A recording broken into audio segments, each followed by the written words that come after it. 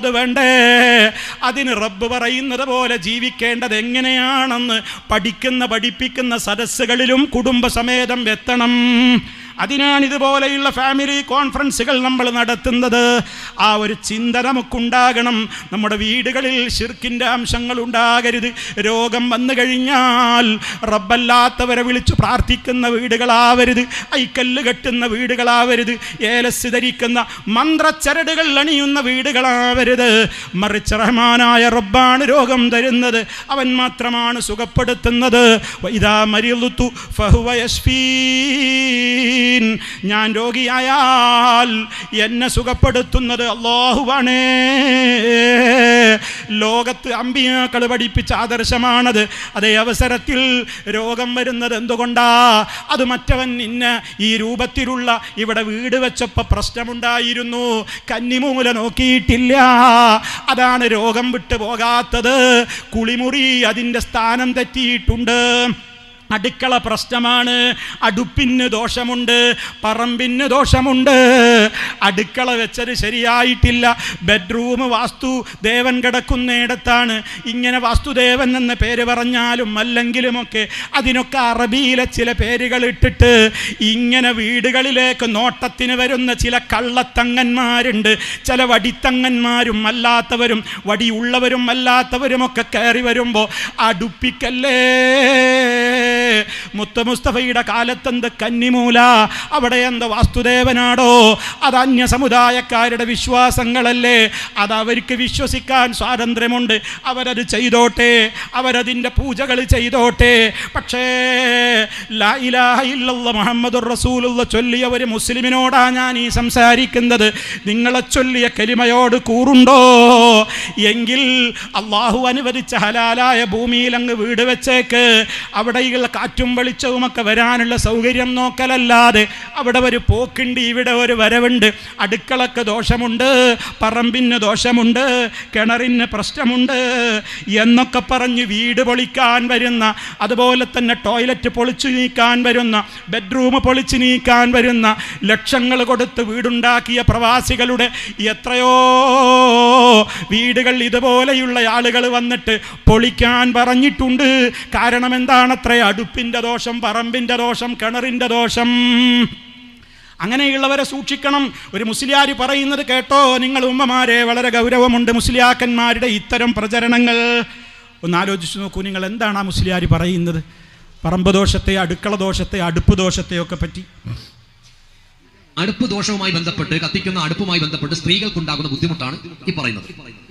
മാനസികമായ അസ്വസ്ഥത, പിരിമുറുക്കം, ശൈത്താനിയത്ത്, പൈശാചികമായ വിഭ്രാന്തി, പിന്നെ ദുസ്വഭാവം, ഇങ്ങനെ പലതും ചില കുടുംബങ്ങളിൽ നിന്നും ഉണ്ടാവാറുണ്ട്, കാണാറുണ്ട്.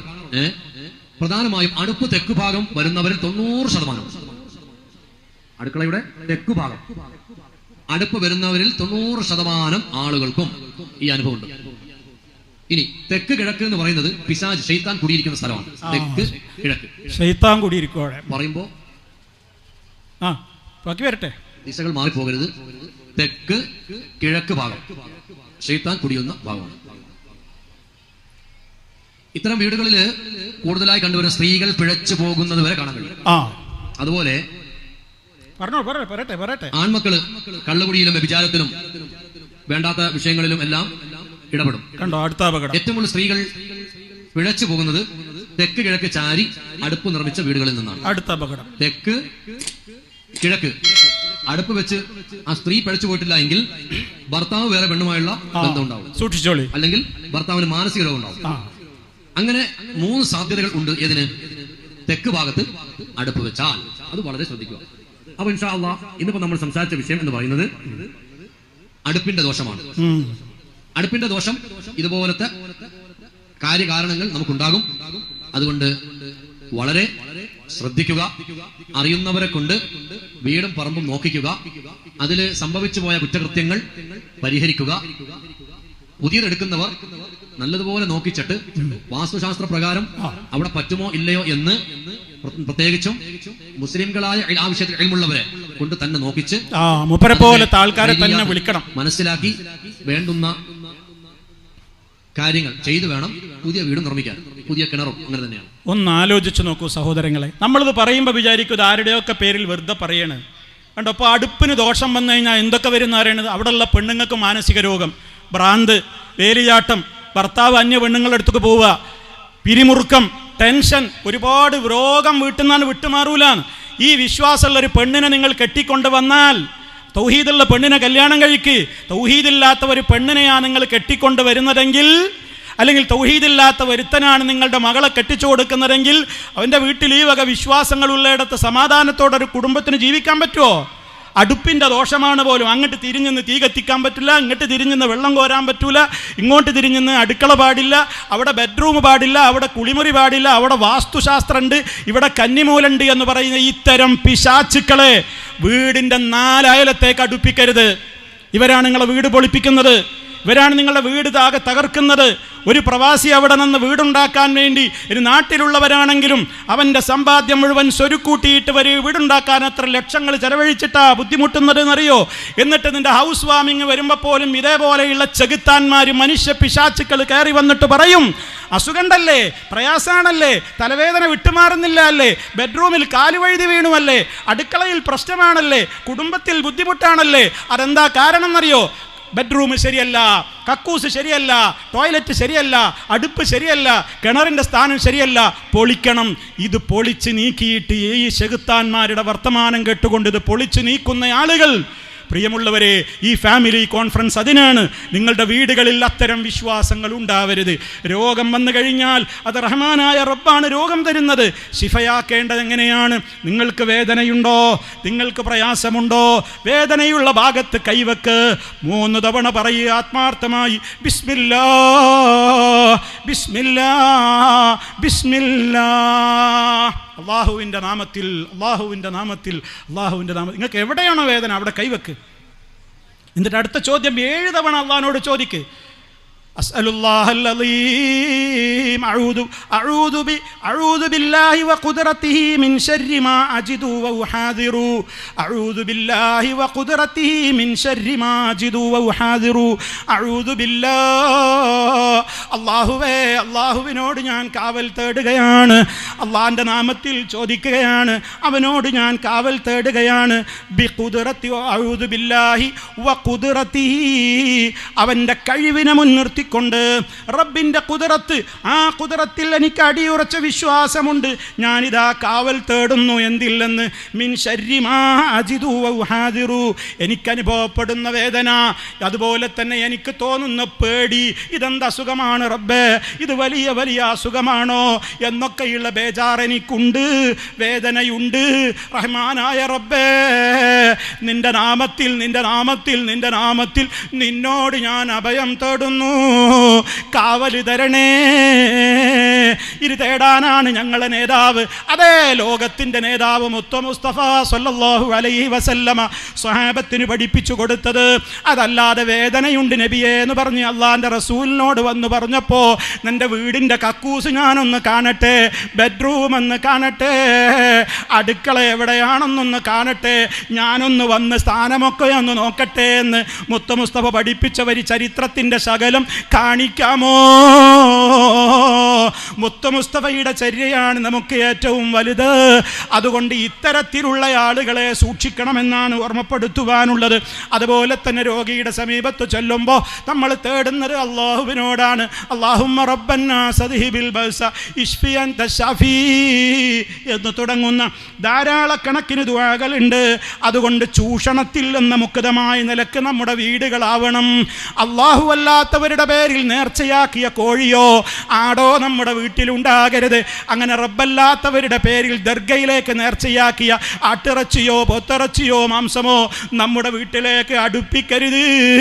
ഹലാലായതല്ലാത്ത നമ്മുടെ മക്കളെ തീറ്റരുത്. ഉമ്മമാരെ, ഉപ്പമാരെ, അല്ലാഹു അല്ലാത്തവരുടെ പേരിൽ അറുത്തവരെ അല്ലാഹു ശപിച്ചിരിക്കുന്നു. ലഅനല്ലാഹു മൻ സബഹ ലിഗൈരില്ലാഹ്. അല്ലാഹുവല്ലാത്തവർക്ക് വേണ്ടി അറവ് നടത്തിയവനെ അള്ളാഹ് ശപിച്ചിരിക്കുന്നു. നമുക്ക് കഴിക്കാൻ പറ്റൂല. അതുകൊണ്ട് തന്നെ ഈ രൂപത്തിലൊക്കെയുള്ള വിശ്വാസക്കാർ പ്രശ്നം വന്നാൽ നേർച്ചയാക്കി ഖബറുങ്ങൾക്ക് അവിടെ ഒരു വിളക്ക് കൊളുത്താൻ, അവിടെ ഒന്ന് ജാറം മൂടാൻ, ഖബർ വ്യവസായം ഇങ്ങനെ തടിച്ച് കൊഴുക്കല്ലേ ലോകത്ത്. എല്ലായിടങ്ങളിലുമുള്ള ദർഗകൾ. കുറേ കൊല്ലങ്ങൾക്ക് മുമ്പ് ഞാൻ ഓർക്കുന്നു, നിങ്ങളുടെ കാസർഗോഡ് ഈ ചെർക്കളയിൽ ഒരു തോട്ടം തന്നെ ഉണ്ടായിരുന്നു, ഖബർ തോട്ടം. അന്ന് അവിടെ പ്രസംഗിച്ചൊരു കാലത്ത് കൃത്യമായി അത് പറഞ്ഞിരുന്നു. ഇന്ന് ആ തോട്ടത്തിന് അഡ്രസ്സ് ഇല്ല എന്നാണ് അറിഞ്ഞത്. അത് പൂട്ടി. കാരണം ആ തോട്ടത്തിൽ ഒരുപാട് ഖബറുകൾ ഇങ്ങനെ നട്ടുവളർത്തുകയായിരുന്നു. തെങ്ങൊക്കെ വെട്ടിയിട്ട് ജാറങ്ങളായിരുന്നു.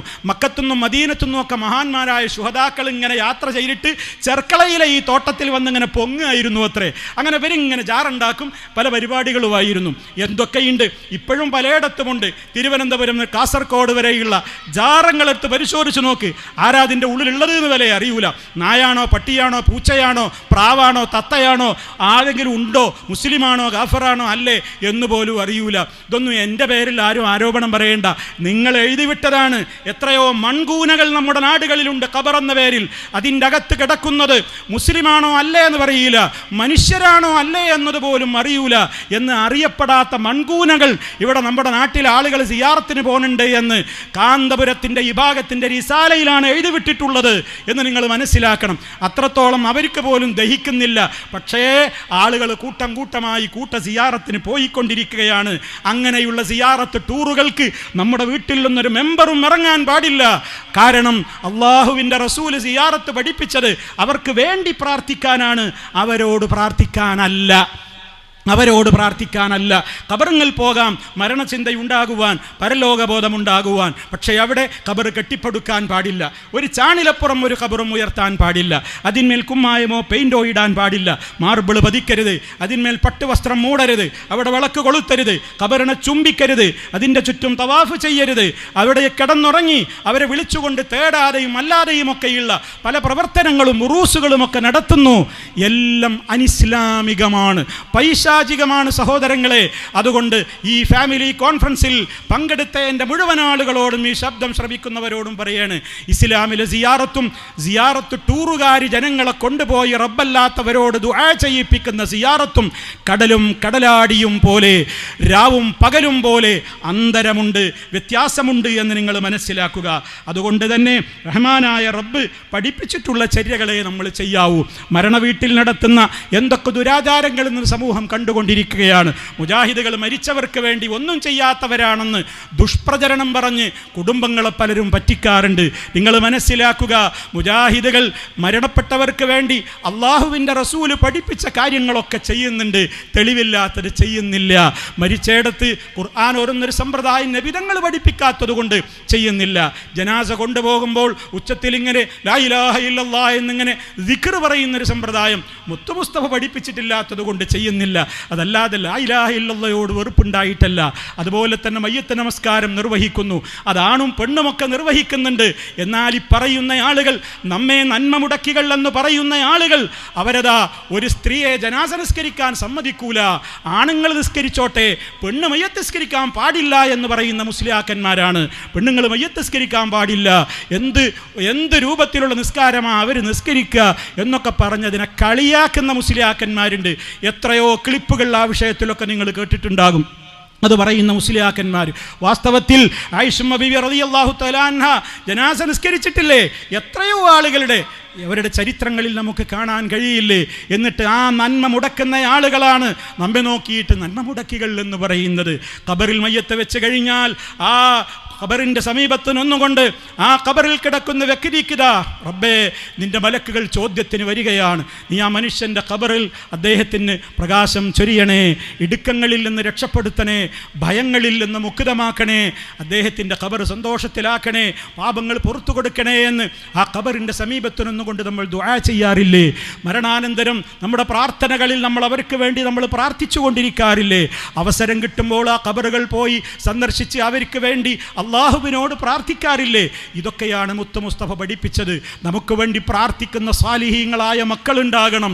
ആ ഒരു മക്കൾ നമുക്ക് വേണ്ടി പ്രാർത്ഥിക്കുവാൻ ആ രൂപത്തിലുള്ള മക്കളായിരിക്കണം നമുക്ക് വളരേണ്ടത്. ഈ ഫാമിലി കോൺഫറൻസിൽ നിങ്ങൾ പഠിക്കണം, മനസ്സിലാക്കണം സഹോദരങ്ങളെ.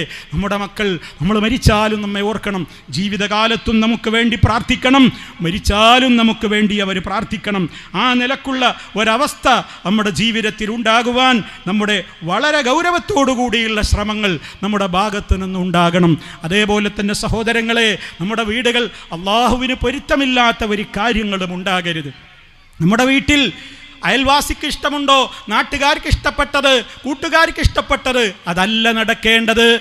ഏതൊരു കാര്യം നമ്മുടെ കുടുംബത്തിൽ നമ്മുടെ വീട്ടിൽ നടക്കുന്നുണ്ടോ, നടത്താൻ ഉദ്ദേശിക്കുന്നുണ്ടോ, അവിടെയൊക്കെ നമ്മൾ പരിശോധിക്കേണ്ടത് ഞാൻ ഈ ചെയ്യുന്ന കാര്യം എൻ്റെ റബ്ബ് പൊരുത്തപ്പെടുമോ, എൻ്റെ റബ്ബിനത് ഇഷ്ടമാകുമോ? അതാണ് നമ്മൾ ഗൗരവത്തോടുകൂടെ ആലോചിക്കേണ്ടത്. എൻ്റെ റബ്ബിനത് ഇഷ്ടാകുമോ, എൻ്റെ റബ്ബിനത് പൊരുത്തമാകുമോ? അതുകൊണ്ട് നമ്മുടെ വീടുകളിൽ സദാ നമസ്കാരമുണ്ടാകണം. പുരുഷന്മാർ ജമാഅത്തിന് പള്ളിയിൽ പോയാലും സുന്നത്ത് നിസ്കാരങ്ങളൊക്കെ ആണുങ്ങൾ വീട്ടിൽ വന്ന് നിർവഹിക്കുന്നതാണ്. പള്ളിയിൽ വെച്ച് നിർവഹിക്കുന്നതിനേക്കാൾ പുണ്യം സുന്നത്തുകളൊക്കെ വീട്ടിൽ നിന്ന് നിസ്കരിക്കുക. ഖുർആൻ വീട്ടിൽ വെച്ച് ഓതിക്കൊണ്ടിരിക്കണം. നമ്മുടെ വീടുകളിൽ നിന്ന് ഖുർആൻ പാരായണം ഉണ്ടാകണം. ഉണരുന്നത് മുതൽ ഉറങ്ങും വരെ ചൊല്ലാനുള്ള ദിക്റുകൾ കുടുംബാംഗങ്ങളൊക്കെ ചൊല്ലി എന്ന് ഉറപ്പുവരുത്തണം. അതിനുള്ള ശ്രദ്ധ നമ്മുടെ വീടുകളിൽ ഉണ്ടാകണം.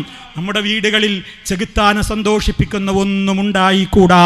വിവാഹത്തിൻ്റെ അവസരങ്ങൾ വരുമ്പോൾ പലരും അതൊക്കെ മറക്കുകയാണ്. എല്ലാം ശരിയാണ്, പക്ഷേ കല്യാണത്തിൻ്റെ ദിവസം ഈ കാസർഗോഡ് ജില്ലയെപ്പറ്റി പലപ്പോഴും ആളുകൾ പറയുന്ന ഒരു പരാതിയുണ്ട്. സർവ്വ തോന്നിവാസങ്ങളും കല്യാണങ്ങളിൽ നടമാടുന്നതിൻ്റെ ഉദ്ഘാടനം ഇവിടുന്നാണ് നിർവഹിക്കാറുള്ളത്. എനിക്കറിഞ്ഞൂടാ അത് ശരിയാണോ തെറ്റാണോ എന്ന്, നിങ്ങളാണ് പറയേണ്ടത്. സഹോദരങ്ങളെ, വിവാഹം എന്ന് പറയുന്നത് ഏറ്റവും വലിയ റബ്ബ് നമുക്ക് ചെയ്തു തരുന്നൊരു വലിയ അനുഗ്രഹമാണ്. ആ വിവാഹത്തിൻ്റെ ഘട്ടത്തിൽ വിവാഹത്തിന് ഒരുങ്ങുമ്പോൾ വരെ പെണ്ണ് കാണാൻ പോകുന്നത് ഒരു ലോഡ് മിഠായി കൊണ്ടാണ്. വലിയ മിഠായി കൊണ്ട് പെണ്ണിനെ കാണാൻ വേണ്ടി പോവുക. പെണ്ണ് കാണാൻ വേണ്ടി വിവാഹം കഴിക്കാൻ ഉദ്ദേശിക്കുന്ന ചെറുക്കൻ മാത്രമല്ല പോവുക, അവനും അവൻ്റെ കൂട്ടുകാരും കൂടെ ഒന്നിച്ചു പോയിട്ടാണ് ഈ പെണ്ണിനെ അവൻ്റെ മുമ്പിലേക്ക് ഇറക്കി വിടുന്നത്. ഒരൊറ്റ രക്ഷിതാക്കളും അതിന് സമ്മതിക്കരുത്. ആരാണോ വിവാഹം ആലോചിക്കുന്നത് ആ പയ്യന് കാണിച്ചു കൊടുക്കുക, ആ വ്യക്തിക്ക് മാത്രം നിങ്ങളുടെ മകളെ കാണിച്ചു കൊടുക്കുക. അല്ലാത്തവർ പുറത്തിരിക്കട്ടെ, അല്ലാത്തവർ പുറത്തിരിക്കട്ടെ. അതാണ് മുത്ത് മുസ്തഫാക്കിഷ്ടം, അതാണ് അള്ളാഹു നമുക്ക് പഠിപ്പിച്ചു തന്നിട്ടുള്ള ദീനതാണ്. അവിടെ നിർത്തണം. അല്ലാത്ത എല്ലാവരുടെയും മുമ്പിലേക്ക് പെണ്ണിനെ ഇറക്കി കൊടുക്കരുത്. ഗൗരവമാണ്. അതേപോലെ തന്നെ വിവാഹത്തിൻ്റെ ഒക്കെ കണ്ടൊക്കെ പെണ്ണൊക്കെ ഇഷ്ടമായി കഴിഞ്ഞു എന്ന് കണ്ടാൽ പിന്നെ ഒരു ഉറപ്പിക്കാൻ പോകലുണ്ട്.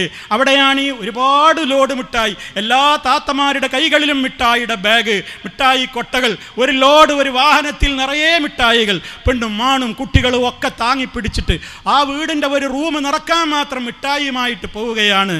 എന്തിനാണ് സഹോദര സഹോദരി ഈ ആർഭാടം? എന്തിനാണ് ഈ അധിക ചെലവ്? എന്നിട്ടോ അതിൻ്റെ കൂട്ടത്തിൽ ഒരു സിമ്മ് കൊടുക്കും കാണാതെ, കണ്ടിട്ടും കൊടുക്കും, മൊബൈലും കൊടുക്കും. മൊബൈലും കൊടുത്തു, സിമ്മും കൊടുത്തു.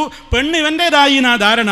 നിക്കാഹ് കഴിയാതെ എടോ നിൻ്റെ പെണ്ണല്ലാതെ, അവൾ അന്യ പെണ്ണാണ്. പിന്നെ അത് മുതൽക്ക് അവളോട് ചാറ്റിംഗ് ആയി, അവളോട് സംസാരങ്ങളായി. പലപ്പോഴും ഇവൻ്റെ ശരിയായ സ്വഭാവം ഇവൻ്റെ ചാറ്റിങ്ങിലൂടെ മനസ്സിലായപ്പോൾ ചില പെൺകുട്ടികളൊക്കെ ആ വിവാഹം വേണ്ടാന്ന് വെച്ചിട്ടുണ്ട്. ഈ വിധത്തിലൊക്കെയുള്ള കാര്യങ്ങൾ ഈ സമൂഹത്തിൽ നടക്കുന്നുണ്ട്.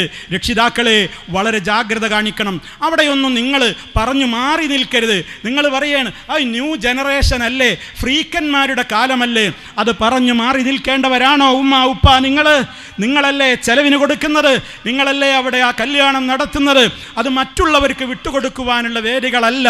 കല്യാണത്തിൻ്റെ തലേന്നും അതിൻ്റെ തലേന്നുമൊക്കെ ഹെൽദി എന്ന പേരിലും അതുപോലെ തന്നെ മെഹന്തി എന്ന പേരിൽ മൈലാഞ്ചി കല്യാണവും ഹെൽദി എന്ന പേരിൽ മഞ്ഞക്കല്യാണവും പിന്നീട് അങ്ങോട്ട് ചെറുക്കം വരുമ്പോൾ പടക്കം പൊട്ടിക്കലും JCBയിൽ ചെക്കനെ കൊണ്ടുവരലും കുതിരപ്പുറത്ത് കൊണ്ടുവരലും അതുപോലെ തന്നെ കേക്ക് കക്കൂസിൻ്റെ മോഡൽ കേക്ക് ഉണ്ടാക്കി തീറ്റിക്കലും അതുപോലെ തന്നെ ഏതെല്ലാം മോശപ്പെട്ട വിധത്തിൽ ശവപ്പെട്ടിയിൽ വരെ പുതുമളവാളം പെണ്ണിൻ്റെ വീട്ടിലേക്ക് യാത്ര പോയ നാടാണ് കേരളം എന്ന് നിങ്ങൾ മനസ്സിലാക്കണം.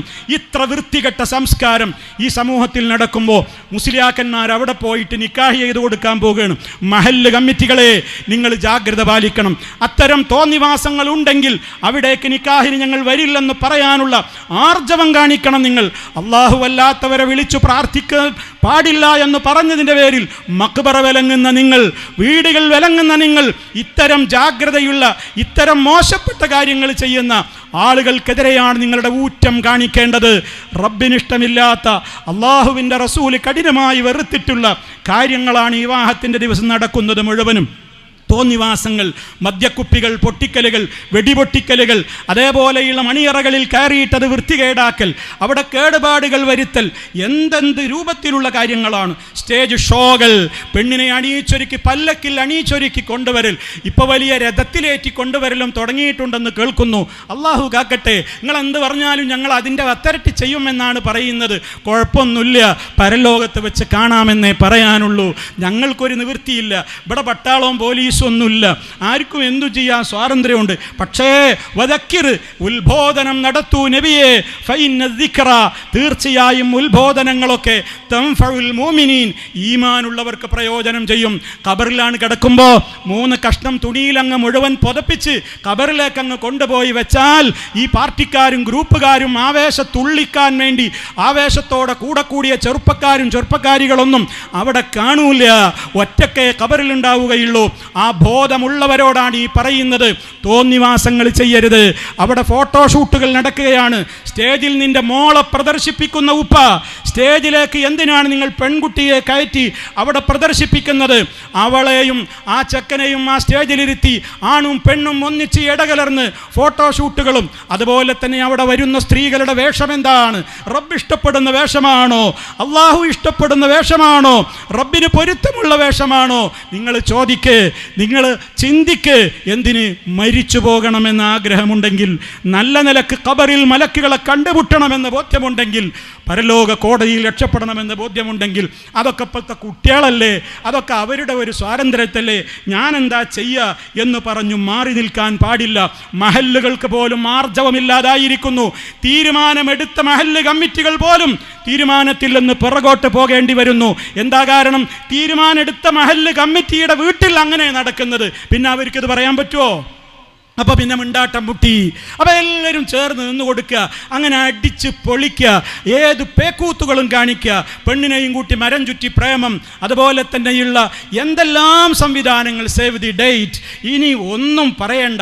പ്രസവത്തിന് കൊണ്ടുപോകുമ്പോൾ അതിൻ്റേതായ രൂപത്തിലുള്ള മാമൂലുകൾ, ആചാരങ്ങൾ, പ്രസവിച്ച് കഴിഞ്ഞാൽ പിന്നെ അവിടുന്ന് അങ്ങോട്ട് പലവിധത്തിലുള്ള ദുരാചാരങ്ങൾ, എന്തെല്ലാം രൂപത്തിലാണ് വിവാഹത്തോടനുബന്ധിച്ചും മറ്റു കാര്യങ്ങളിലുമൊക്കെ നമ്മുടെ വീടുകളിൽ നടക്കുന്നത്.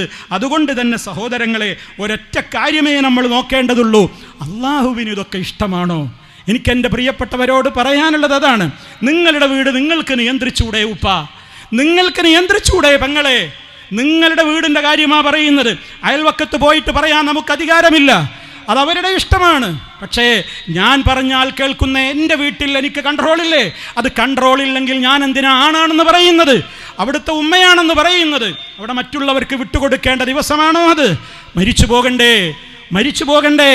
അവിടെ ഇസ്ലാമിൽ അള്ളാഹു വെറുത്തിട്ടുള്ള സ്വർഗത്തിൻ്റെ മണം പോലും പെണ്ണെ നീ ആസ്വദിക്കുകയില്ലെന്ന് പറഞ്ഞ വേഷവിധാനവുമായി തുള്ളിച്ചാടി ചില പാട്ടുകളും മ്യൂസിക്കുകളും ഒക്കെ വെച്ചിട്ട് ബ്രേക്ക് ഡാൻസും തുള്ളിയിട്ട് പെണ്ണിനെയും കൊണ്ടിങ്ങനെ പല്ലക്കും കുലുക്കിയിട്ട് സ്റ്റേജിലേക്ക് വരുന്ന പെണ്ണിൻ്റെ മുഖത്തിനുള്ള മുഖം മൂടിയൊക്കെ നീക്കി പരസ്യമായി ആണുങ്ങളുടെ മുമ്പിലേക്ക് അവരുടെ കണ്ണുകൾ കൊണ്ട് കൊത്തിവലിക്കാൻ ഇട്ടുകൊടുക്കുന്ന ഉമ്മ, പെങ്ങളെ, ഉപ്പ, സഹോദര, മരിച്ചു പോകണം. പരലോക കോടതിയിൽ ഈ വാക്കുകൾ സാക്ഷിയായിരിക്കും. നിങ്ങൾ എന്ത് വിചാരിച്ചിട്ടും പ്രയോജനമില്ല. ഞാൻ എന്ത് വിചാരിച്ചിട്ടും കാര്യമില്ല. അള്ളാഹു വിചാരിക്കണം. റഹ്മാനായ റബ്ബിനോട് തേടുക, എൻ്റെ വീട്ടിൽ റബ്ബേ നിനക്കിഷ്ടമില്ലാത്തതൊന്നും ചെയ്യരുത്, ഉണ്ടാകരുത്. അതല്ലേ ഉമ്മ, ഉപ്പ നമ്മൾ കൈകെട്ടിയാ എന്താ അള്ളാഹിനോട് 5 നേരം പറയുന്നത്? റബ്ബേ നിനക്കിഷ്ടമില്ലാത്തത് ഞാൻ ചെയ്യൂല. ഇന്ന സ്വലാത്തി വനുസുക്കി വമഹയായ വമമാത്തി. റബ്ബേ എൻ്റെ നിസ്കാരം നിനക്ക് വേണ്ടിയാണ്, എൻ്റെ മറ്റനുഷ്ഠാനങ്ങൾ നിനക്ക് വേണ്ടിയാണ്, എൻ്റെ ജീവിതം നിനക്ക് വേണ്ടിയാണ്, നിനക്ക് പൊരുത്തല്ലാത്തത് ഞാൻ ചെയ്യൂല. ഇനി ഞാൻ മരിക്കുന്നതും നിൻ്റെ പൊരുത്തത്തിലായിരിക്കും എന്ന് പറഞ്ഞ് 5 നേരം റബ്ബിൻ്റെ മുമ്പിൽ വെച്ച് ഈ പറയുന്നതൊക്കെ കളവാണോ? കളവാണെങ്കിൽ ചെയ്തോളൂ.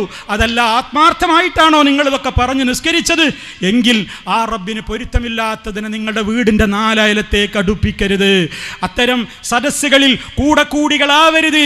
അവിടെ അതിൻ്റെ പ്രോത്സാഹനത്തിൻ്റെ ആളുകളായി നമ്മൾ മാറരുത്. അതേ DJ പാർട്ടികൾ, തുള്ളിച്ചാടലുകൾ, കാതടപ്പിക്കുന്ന മ്യൂസിക്കുകൾ, സംഗീതങ്ങൾ, എല്ലാ തോന്നിവാസങ്ങളും വിവാഹത്തിൻ്റെ ദിവസങ്ങളിൽ നടത്തിയിട്ട് പിന്നെ പറയുമെന്ത് അതൊക്കെ ഇപ്പം എന്താ ചെയ്യുക അപ്പോഴത്തെ ഒരു കുട്ടികൾ. അത് ഖബറിൽ നിങ്ങൾക്ക് പറയാൻ പറ്റുമോ? മഹ്ശറിൽ നിങ്ങൾക്ക് പറയാൻ പറ്റുമോ?